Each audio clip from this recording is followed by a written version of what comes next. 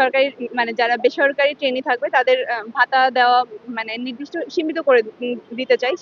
সেই দাবি নিয়ে আমাদের আন্দোলনটা শুরু হয় এবং সেইখান থেকে আমাদের এই পর্যায়ে ৬ দফার যে আন্দোলন, এই ৬ দফার আন্দোলনে আমাদের দাবি হচ্ছে বেসরকারি যে কর্মকর্তাদের মানে বিসিপিএস থেকে যেই নোটিশটা এসেছিল মন্ত্রণালয় থেকে সেটাকে সম্পূর্ণরূপে বাতিল করা।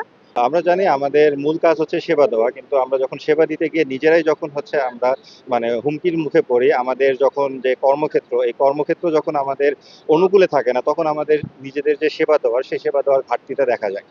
তো আমাদের এই আজকের যে বিক্ষোভ কর্মসূচি, এখানে মূলত আমরা ৬ দফা দাবি নিয়ে আমরা সামনে আগাচ্ছি। তো মূলত প্রথম যে দাবিটা সেটা হচ্ছে বিসিপিএস কর্তৃক যে একটা নোটিশ জারি করা হয়, সেখানে আমাদের যে পোস্ট গ্রাজুয়েশন ট্রেইনি আছে, এখানে শুধুমাত্র ১,০০০ জনকে হচ্ছে আমাদের স্যালারি দেওয়ার কথা থাকে। পরবর্তীতে সেটা ২,০০০-এ উত্তীর্ণ করলেও আমরা চাচ্ছি যে আমাদের যত সিনিয়র ভাইয়েরা আছে যারা পোস্ট গ্রাজুয়েশন ট্রেইনি হিসাবে যুক্ত হবে, তাদের সবার স্যালারিটা বাস্তবায়ন করতে হবে। ইন্টার্নশিপ যারা করছি তাদের বেতন এখন রয়েছে ২০,০০০ টাকা, কিন্তু আমাদের এই বেতনটা যাতে ৩০,০০০ টাকা করা হয়, কারণ আমাদের হচ্ছে ফ্যামিলি দেখতে হবে পরে, যাদের বাচ্চা কাচ্চা থাকবে তাদের বাচ্চা কাচ্চারও একটা দায়িত্ব নিতে হবে। তো এই জন্য আমাদের বেতনটা যাতে অন্তত ৩০,০০০ টাকা করা হয়, এবং যারা এফসিপিএস ট্রেনি আছে তাদের বেতন এখন আছে ৩০,০০০ টাকার মতো।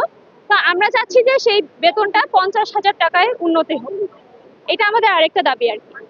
ইন্টার্নশিপ সহ সময়টা আমাদের বেশি লাগছে, তাহলে অবশ্যই বিসিএস এর বয়সটা আমাদের ক্ষেত্রে বাড়াতে হবে।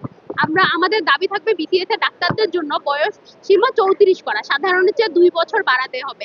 যেহেতু আমাদের এখানে পড়ালেখাকালীন সময়টা বেশি যাচ্ছে, তাহলে অবশ্যই চাকরির ক্ষেত্রে আমাদের সেই সুযোগ দিতে হবে। সাধারণ মানুষের মতো আমাদেরও যদি একই টাইম লিমিট থাকে, তাহলে তো এই ক্ষেত্রে জিনিসটা ন্যায় হচ্ছে না।